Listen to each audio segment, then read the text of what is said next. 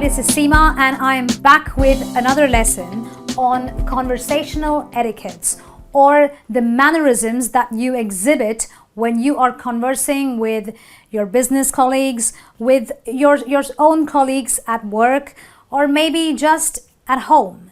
Well, a lot of times when we are talking with people, our opinions may not match. In fact, a lot of times we strongly disagree with a lot of other people's opinions. Well, it is important to disagree sometimes, but we have to make sure that we are not disagreeable while we disagree.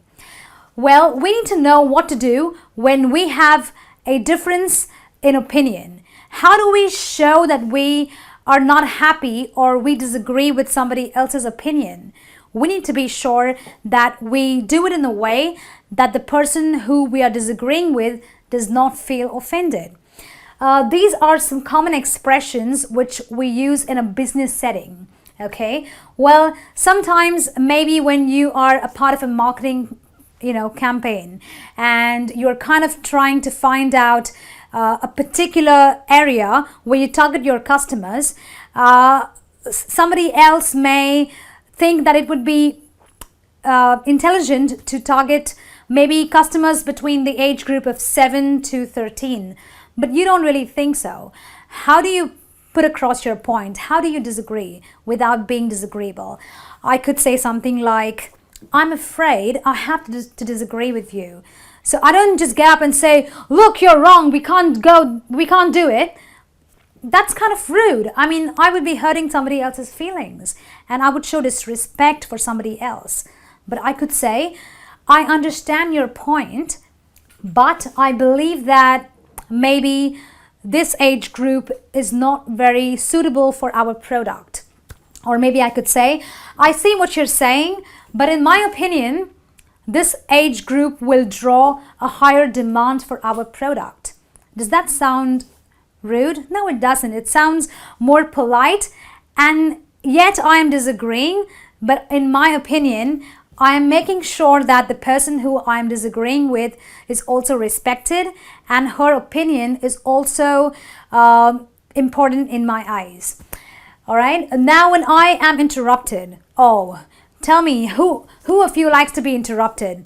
I certainly don't. A lot of times when I'm giving a presentation, I have some people just raise their hands and, just interrupt me. And I think that's kind of rude because interrupting someone is rude.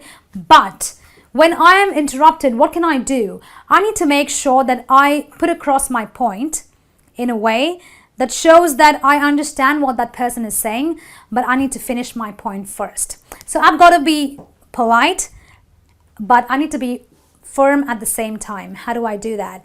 I could say something like, well, let me finish my point, and I will give you the opportunity to say what you want to say.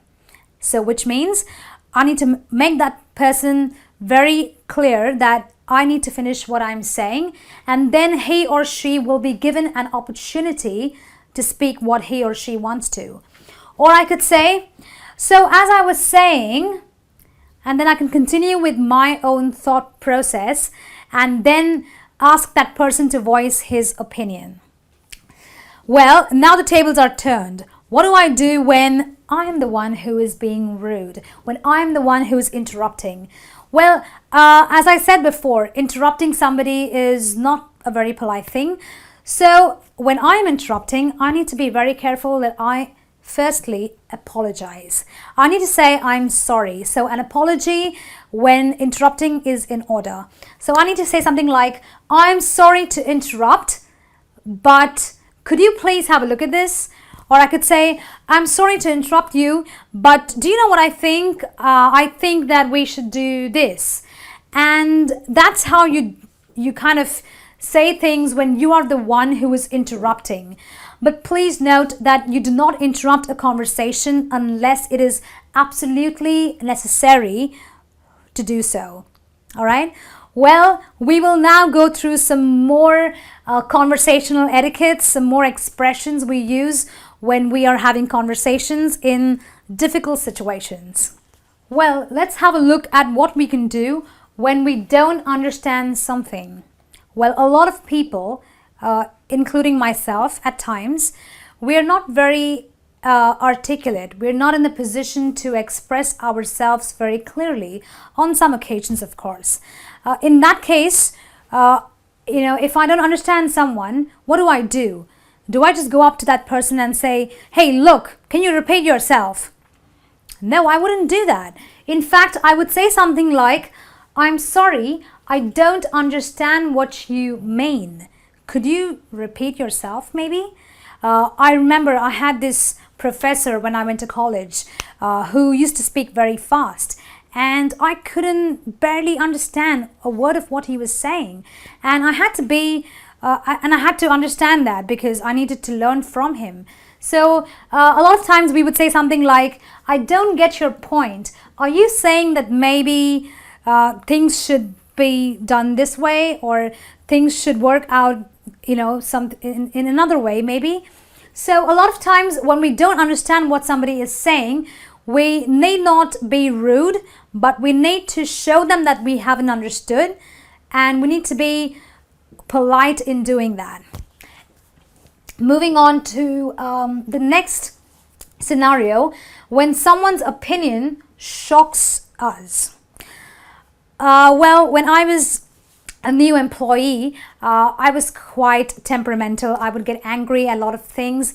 And during my appraisal, my supervisor once told me that I was a very short-tempered person. Well, naturally, that came as a shock to me. Now, if I was, rude, I could say something like, are you crazy? What do you mean I'm short-tempered? Well, I couldn't say that. So when someone kind of shocks you with their opinion of yourself or about anything else, you can say something like, is that what you really think? Or I'm really surprised, or I'm really shocked, or I'm really sorry you feel that way. Okay, so do not overreact when someone attacks you personally or attacks what you've done, but you can express your surprise using these kind of verbiages. Moving on to a situation wherein you've kind of talked it all over, you've kind of had the conversation.